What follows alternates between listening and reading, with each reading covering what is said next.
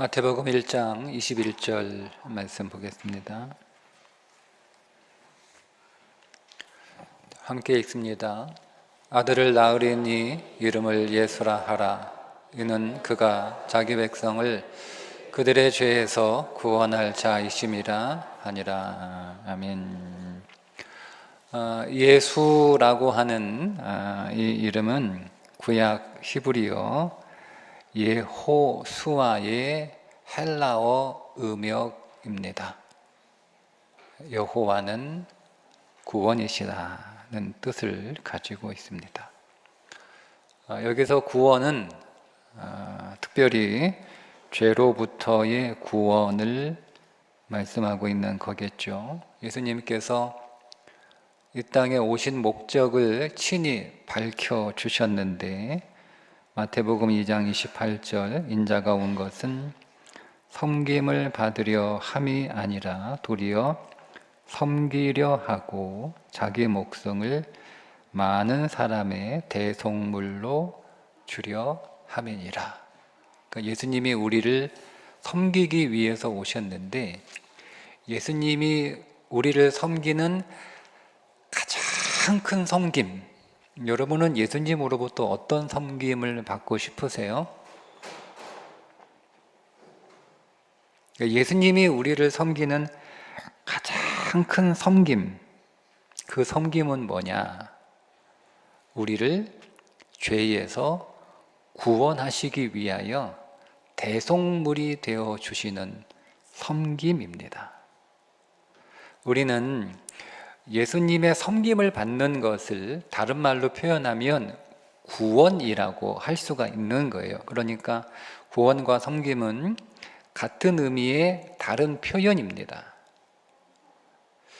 그래서 우리가 예수님의 섬김을 받고 싶은 것, 혹은 예수님으로부터 구원을 받고 싶은 것, 여러 가지가 있죠. 예수님이 나에게 여러 가지를 좀 섬겨주셨으면, 예를 들면 내가 몸이 아픈데 나를 건강해지도록 섬겨주셨으면, 내가 가난한데 내가 부자가 될 수 있도록 나를 섬겨주셨으면, 그 말은 내가 병이 아픈데, 몸이 아픈데 나를 그 질병에서 구원해 주셨으면, 내가 가난한데 예수님이 나를 그 가난에서 건져 주셨으면, 내게 큰 고통, 어려운 문제가 있는데 그 고통과 어려움에서 나를 구원해 주셨으면, 이렇게 우리가 예수님으로부터 섬김 혹은 구원을 기대하는 것들이 있는데, 그 가운데에 최우선의 섬김, 최우선의 구원은 뭐냐면 죄에서 우리를 구원하시는 것입니다. 죄에서 구원이라고 하는 말을 문자 그대로 번역을 하면 죄 영역 밖으로 라는 뜻이에요. 죄로부터 완전히 분리하다라는 뜻입니다. 이것을 사도 바울은 로마서 6장 6절에서 죄에서 종노릇하지 않는 것이라고 표현합니다. 그러니까 죄에서 구원한다라고 하는 것은 우리가 너무 익숙하게 오랫동안 들어왔기 때문에 특별히 그게 어떤 의미인지 우리 안에 개념을 잡지 않고 그냥 이렇게 이해하는 경향이 있어서 알아듣는데 뭔지는 몰라요. 죄에서 구원이. 알아듣죠. 한국말이니까. 오랫동안 들었잖아요. 수백 번 들었잖아요. 근데 그걸 잘 이해를 못해요. 그래서 좀 다른 표현, 원래 그 원어의 표현대로 다시 설명을 해두면 죄에서 구원은 죄의 영역 밖으로 우리를 꺼내주는 거예요. 죄에서 구원은 죄로부터 나를 완전히 분리시켜 주시는 거예요. 그게 죄에서 구원입니다. 그런데 우리가 이 죄에서 구원이라고 하는 것을 종종 오해하는 경우가 있어 보입니다. 두 가지 오해를 하는데, 죄를 지어도 무감각합니다. 여러분 어떻습니까? 그리스도인은 죄책감에 빠져서는 안 됩니다. 그러나 죄에 무감각해서도 안 됩니다. 죄책감에 빠지지 않지만 죄를 항상 조심하며 살아야 됩니다. 그러니까 우리는 죄책감에 빠지지 않는 것을 죄를 생각 안 하고 사는 것이라고 오해합니다. 그래서 적지 않은 그리스도인들이 죄에서의 자유를 죄에 대한 무감각으로 오해하는 경우가 있습니다. 두 번째는 죄 지으면 회개하면 된다는 면죄부입니다.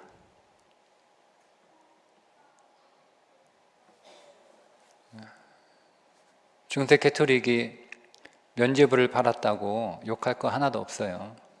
우리가 회개를 면죄부로 삼아서 회개하면 똑같습니다. 그런데 회개를 죄에 대한 면죄부로 생각해서 그렇게 회개하는 사람이 있어요.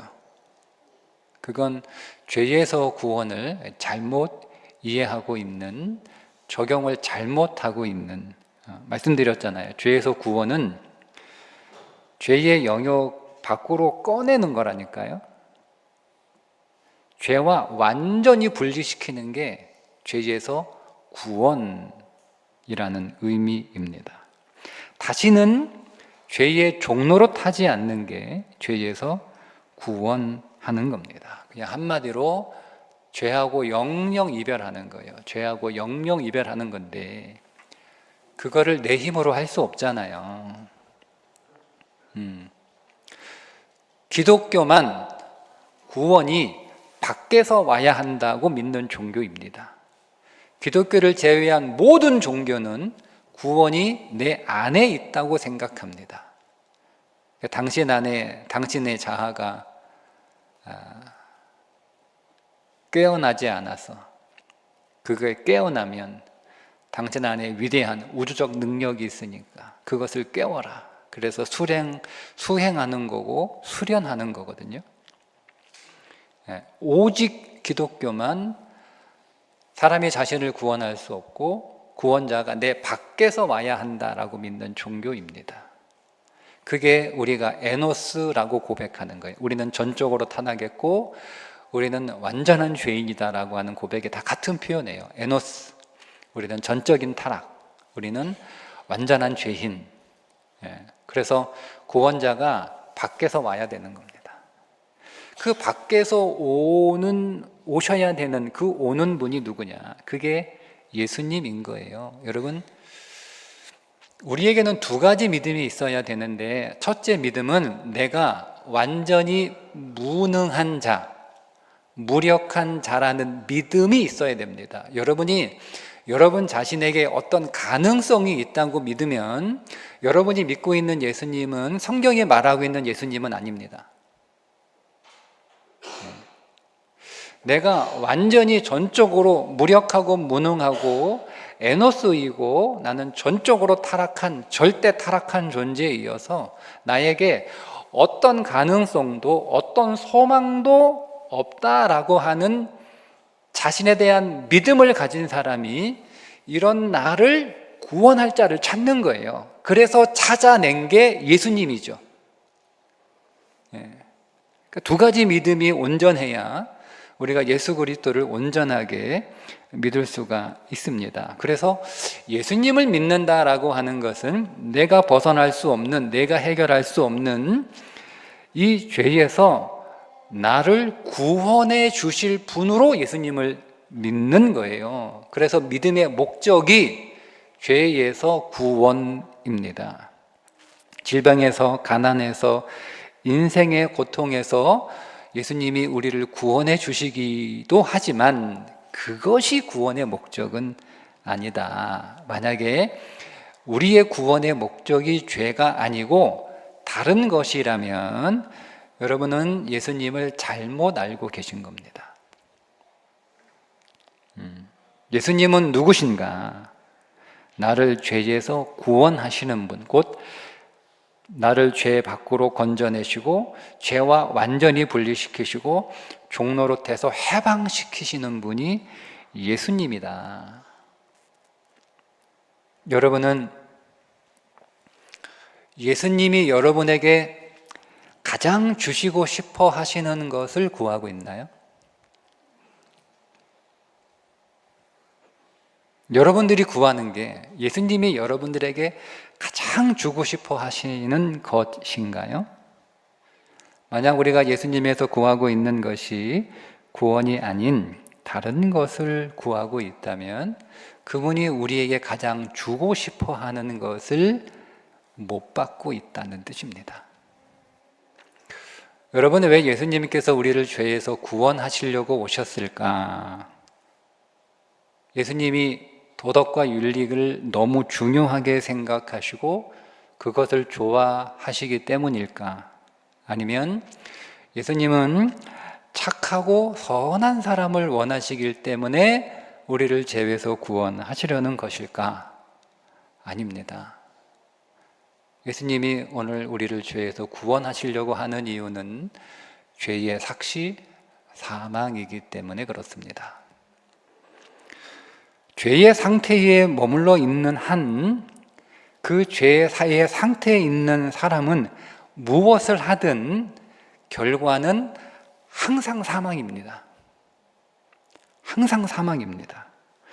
여러분들이 무엇을 하든 여러분들이 죄에 계속 머물러 있으면 여러분들의 인생에 돌아오는 것은 언제나 사망이라고 성경이 말씀하고 있습니다. 그게 죄의 삭은 사망이라는 뜻입니다. 또 다르게 표현하면 모든 사람이 죄를 범하였음에 하나님의 영광에 이르지 못하였다라고 로마서 3장 23절에 말씀하고 있죠. 하나님의 영광에 이르지 못한다라고 하는 것은 하나님의 영광은 하나님이 자격 없는 자에게 선물을 주실 때 그게 하나님의 영광이다, 이렇게 성경이 정의하고 있는 영광입니다. 우리가 동계올림픽에서 금메달을 따서 하나님께 영광을 돌리는 것은 성경적이지 않습니다. 성경이 말씀하고 있는 영광은 자격이 없는 자에게 하나님이 선물을 주실 때 그것을 하나님의 영광이죠. 그러면 모든 사람이 죄를 범하였음에 하나님의 영광에 이르지 못하였다라고 하는 말은 하나님께서 우리에게 주실 수 있는 것, 내가 하나님으로부터 받을 수 있는 것을 하나도 못 받는다는 뜻입니다. 성경은 그것을 사망이라고 부릅니다. 그러면 사망이라고, 죄의 삭은 사망이라고 자꾸 얘기하는데 지금 여러분 살아있잖아요. 그리고 내일 당장 죽는다고 의사가 얘기하지 않잖아요. 여러분에게는 내일도 모레도 1년 뒤도 10년 뒤도 살아있을 것 같은 확신이 있잖아요. 그래서 죄의 삭은 사망이다라고 하는 말이 여러분에게는, 우리에게는 그렇게 현실적으로 다가오지 않습니다. 그래서 그냥 그러려니 하는 거예요. 남의 이야기처럼 들리는 거예요. 그런데 바꿔서 생각을 해보세요. 제가 방금 정의해드린 건 하나님의 영광에 이르지 못하는 게 사망이에요. 그 하나님의 영광에 이르지 못하는 게 뭐냐면 하나님이 여러분에게 주실 수 있는 것, 하나님이 여러분들에게 받아야 되는 것, 자격이 없는 우리들에게 하나님이 하나님의 영광을 위하여 주시고 싶으신데 그걸 못 받는 거예요. 못 받는 거예요. 어때요? 하나님이 여러분들에게 반드시 주셔야 될 것들이 지금 현재 여러분의 삶에 있지 않나요? 필요 없습니까? 그거 없어도 살 수 있나요? 뭐 없으면 되죠. 없으면 없는 대로 살면 되죠. 뭐 그런 분들은 상관없어요. 그런데 나는 그게 필요하고 그게 있으면 좋겠고 그게 있으면 내 삶이 훨씬 더 풍성하고 아름답고 행복하고 더 찬송과 더 기쁨, 더 의미 있는, 더 가치 있는 삶이 될 것 같아서 하나님이 내게 좀 선물을 주셨으면 하는 그런 마음의 기대와 사모함이 있는 분들은 꼭 기억하십시오. 모든 사람이 죄를 범하였음에 하나님의 영광에 이르지 못했다고 하는 말씀. 그러니 우리가 죄에 머물고 있는 한 하나님은 우리에게 주고 싶어 하시는 것, 우리가 그분에게 꼭 받아야 되는 것 받을 수 없습니다. 그래서 우리를 죄에서 구원하시려고 오신 거예요. 마지막 제가 여러분들에게 세 가지 질문을 드리고 기도하고 마치겠습니다. 여러분이 요즘 예수님께 가장 간절히 구하는 것은 죄에서 자유입니까? 아니면 상황의 변화입니까? 내 삶에서 아직 결별하지 못하고 여전히 종로로 타고 있는 죄의 영역이 혹 있다면 그것은 무엇입니까? 죄의 삭선 사망이라고 하는 이 엄중한 경고가 여러분에게 두려움이 아닌 예수님께 나아가는 동기가 되고 있습니까? 죄에서 구원하시고자 하시는 그 예수 그리스도를 만날 때 비로소 오늘 우리의 인생의 문제가 풀리고 해결될 줄 믿습니다. 그 예수 그리스도 앞으로 더 가까이 나아가시는 여러분 되시기를 주님의 이름으로 축복합니다. 기도하겠습니다. 사랑과 은혜가 풍성하신 하나님, 우리에게 예수라는 복된 이름 주시고 그 이름 안에 담긴 놀라운 구원의 비밀을 깨닫게 하시니 감사합니다. 우리는 종종 예수님을 우리 인생의 고통을 해결해 주시는 분으로, 가난과 질병에서 건져주시는 분으로만 오해하며 살았습니다. 오늘 말씀을 통해 주님이 이 땅에 오신 가장 우선적인 목적이 우리를 죄에서 구원하시기 위함임을 다시금 깨달으며 고백합니다. 이제 죄의 영역 밖으로 완전히 걸어 나오게 하시고 죄와 영영 결별하여 다시는 죄의 종로로 타지 않는 거룩한 백성 되게 하여 주옵소서. 죄의 삭선 사망이라 하셨사오니 우리가 죄 가운데 머물러 하나님의 영광에 이르지 못하는 비참한 자가 되지 않도록 붙들어 주옵소서. 우리를 죄의 권세에서 해방시키시고 참 자유를 주신 예수 그리스도의 이름으로 기도합니다. 아멘.